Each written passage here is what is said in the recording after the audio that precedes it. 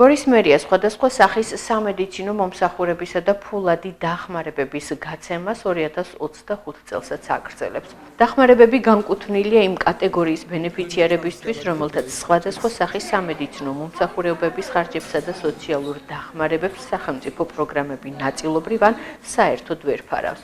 ზოგიერთი კატეგორიის ბენეფიციარების დახმარება დიფერენცირებულია სოციალური ქულების მიხედვით.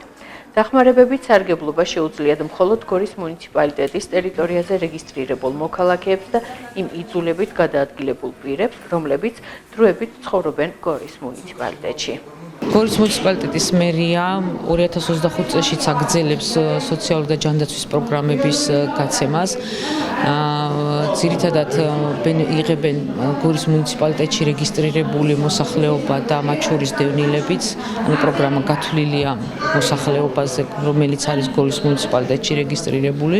სარგებლობს ამ პროგრამით სხვადასხვა კატეგორიის ბენეფიციარები, მათ შორის არიან ომის ვეტერანები, მრავალშვილიანი მშობლები, მარტოხელა-დედები, ძალადობის მსხვერპლი ქალები, ონკოპაციენტები, სკოლიოზით დაავადებული ბავშვები, დიალიზის დაავადებული ადამიანები და ასე შემდეგ.